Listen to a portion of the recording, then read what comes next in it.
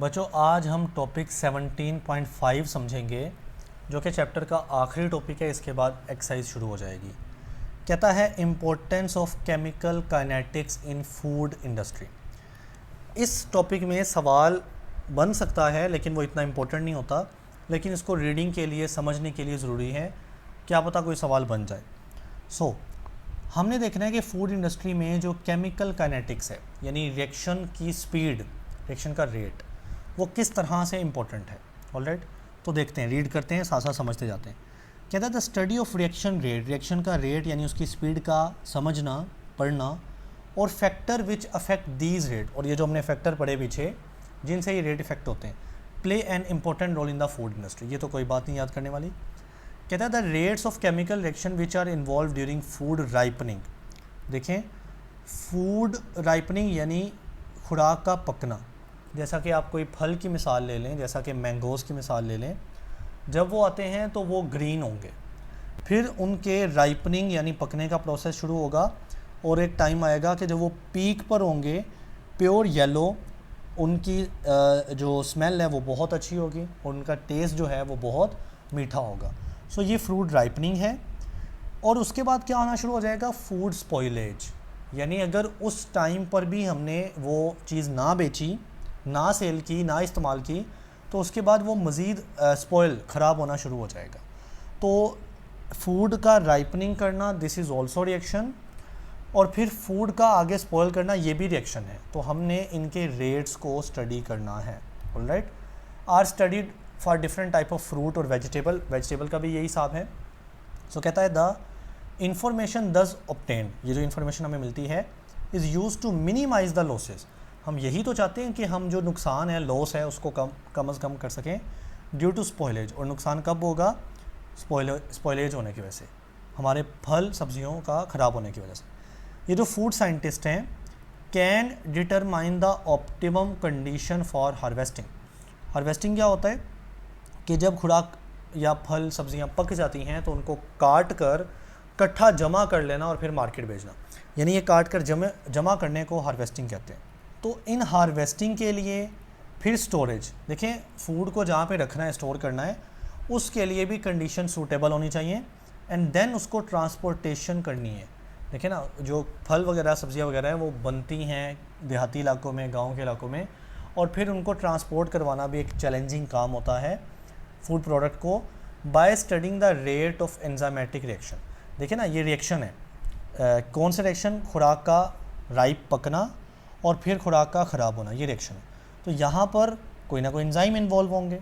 इसके अलावा ऑक्सीडेशन हो सकती है, इनकी ऑक्सीजन के साथ रिएक्शन हो सकता है, या माइक्रोबियल ग्रोथ, यानी इनमें माइक्रो ऑर्गेनिजम्स, छोटे छोटे जानदार, बैक्टीरिया वगैरह, वो भी ग्रो कर सकें। तो बच्चे, सबसे पहले अगर ये शॉर्ट आता है यही हेडिंग कि what is importance of chemical kinetic of in food industry, तो आपने यहाँ से लेकर यहाँ तक लिख देना है कि फूड साइंटिस्ट क्या करते हैं, ऑप्टिमम कंडीशन तलाश करते हैं। ऑप्टिमम कंडीशन यानी बेस्ट कंडीशन, ठीक है, किसके लिए, कि खुराक को कब हार्वेस्ट किया जाए, कब स्टोर किया जाए, कब उनको ट्रांसपोर्ट किया जाए, और कैसे करते हैं वो। इन रिएक्शंस में एग्जिस्ट करने वाले एंजाइम को स्टडी करते हैं, वो ऑक्सीडेशन के प्रोसेस को स्टडी करते हैं, वो माइक्रोबियल ग्रोथ को देखते हैं। तो ये शॉर्ट का आंसर परफेक्ट हो जाएगा। ऑलराइट जी बच्चे, आगे देखें। कहता फ्रूट एंड वेजिटेबल्स राइपन, ये चीज़ें पकती हैं owing to the reaction which involve enzyme, यानी एक रिएक्शन से राइप होती हैं, पकती हैं, और उसमें एंजाइम इन्वॉल्व होता है। These reaction convert starches into sugar. Yes, ये नया सवाल है, मैं सवाल बाद में बताता हूँ, पहले जवाब सुन लें, जवाब समझ लें। ये जो रिएक्शन है ना, रिएक्शन कौन सा है, एंजाइम की मदद से फ्रूट वेजिटेबल का पकना। तो यही सवाल है कि कैसे होता है, ठीक है, how fruit and vegetable ripen owing to the reaction which involve enzyme. तो पीछे हाउ लग जाएगा और ये सवाल बना। अब जवाब देखिए, these reaction convert starches into sugar. तो बच्चे, क्या होता है कि ये जो फ्रूट और वेजिटेबल्स होते हैं ना, इनमें स्टार्चेज होते हैं। स्टार्चेज क्या होते हैं, कार्बोहाइड्रेट्स होते हैं, खुराक का हिस्सा होता है। बायो वाले ने कार्बोहाइड्रेट्स पढ़ा है। स्टार्चेज एक तरह की खुराक है, उनको तब्दील किया जाता है शुगर में, ग्लूकोजेज में, शुगर्स में, ग्लूकोज के अलावा फ्रक्टोज वगैरह शुगर्स में, ठीक है। और फिर क्या किया जाता है, सॉफ्टन टिश्यू, मतलब अगर मैंगो की मिसाल लें तो जब वो पकता है तो वो सॉफ्ट नहीं हो जाता, पहले जब वो ग्रीन होता है तो कितना हार्ड होता है, और फिर वो येलो की तरफ जब जाता है तो वो सॉफ्ट होता है, ठीक। और उसके बाद एंड डेवलप करेक्टरिस्टिक फ्लेवर, उसका एक फ्लेवर टेस्ट आ जाता है और कलर आ जाता है, ठीक है। तो ये सारा प्रोसेस होता है पकने का, राइप होने का। With the help of rate of these enzymatic reaction, देखिए ना, इन सारे रिएक्शन में एंजाइम इन्वॉल्व है। अगर हम एंजाइम के रेट को समझ लें तो हम क्या करेंगे, रेट को बढ़ा देंगे, क्योंकि इस तरह से ये एंजाइम ज़्यादा जल्दी काम करेंगे और फ्रूट और वेजिटेबल जल्दी पक जाएंगे और हमें मुनाफा ज़्यादा होगा। सो कहता है कि द फार्मर्स कैन प्रिडिक्ट, वो फिर अंदाज़ा भी कर सकते हैं, when the product will reach at its peak quality and ready for harvesting. और अगर वो रेट को ना भी बढ़ाएं, कम से कम उनको ये होगा कि इस टाइम तक ये अच्छे तरीके से पक जाएंगे, अपनी पीक क्वालिटी के ऊपर होंगे और हम इनको बेचकर अच्छा मुनाफा कमा सकते हैं। For example the rate of production of ethene.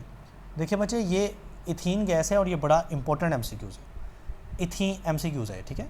Ethene gas है, इथीन नाम की, ये पैदा होती है कब, ड्यूरिंग राइपनिंग। जब कोई चीज़ पक रही होती है ना, खुराक में फ्रूट हो गया, वेजिटेबल हो गया, तो साथ साथ इथीन पैदा हो रही है, ठीक है। तो इथीन को मॉनिटर किया जाएगा to determine the best time to harvest the fruit. देखिए, अगर हम इथीन का पता कर लें, अगर इथीन ज़्यादा पैदा हो रही हो, इट मीन पकने का प्रोसेस ज़्यादा हो रहा है, क्योंकि पकने के प्रोसेस में, राइपनिंग में इथीन पैदा होती है। सो बच्चे, यहाँ से लेकर यहाँ तक आपने कर लेना है और सवाल शुरू में हाउ लगा के बन जाएगा। जी बच्चे देखें, सम एंजाइम, कुछ ऐसे भी एंजाइम होते हैं जो कि नेचुरली प्रेजेंट होते हैं फूड में और कैन स्पॉइल द फूड, और वो खुराक को ख़राब कर सकते हैं। देखिए, खुराक जब पक जाती है ना तो उसके बाद उसका ख़राब होने का सिलसिला शुरू हो जाता है, वो भी एंजाइम के रिएक्शन की वजह से होता है। So which then undergo changes in texture. तो आप देखते हैं वो मज़ीद नरम सा होना शुरू हो जाता है, यानी उसकी टेक्सचर, उसकी बनावट में फ़र्क आ जाता है। फ्लेवर, उसके जायके में ख़राबी आना शुरू हो जाती है। न्यूट्रिशनल वैल्यू, उसमें गज़ाइयत जो है, उसमें जो न्यूट्रिशन है वो कम होना शुरू हो जाती है। Again understanding the rate of these enzymatic reaction. अब आपने इन एंजाइम के रेट को समझना है जो कि फूड को स्पॉइल कर सकते हैं। Will allow us to plan how to stop this spoilage. तो अगर हम उनके एंजाइम को समझ लें तो हम प्लान कर सकते हैं कि ये जो स्पॉइलेज है, ख़राब होना, ये किस तरह से हम रोक सकते हैं।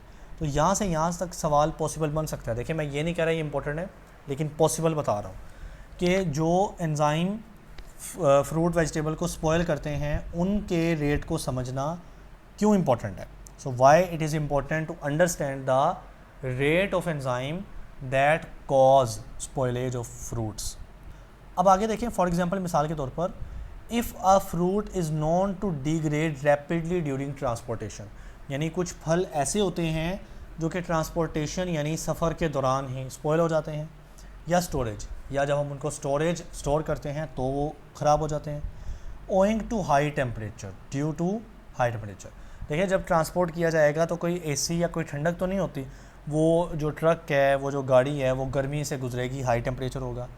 जब स्टोर किया जाता है तो वो भी किसी गोदाम में स्टोर किया जाएगा, वहाँ भी कोई इतनी कूलिंग नहीं होगी। तो फिर हम अगर देखेंगे कि हाई टेम्परेचर की वजह से स्पॉइलेज हो रही है, तो उसका हल रेफ्रिजरेशन है, यानी हम उसको कूलिंग देंगे, उसको ठंडा टेम्परेचर देंगे। So refrigeration can be employed to prevent rapid spoilage.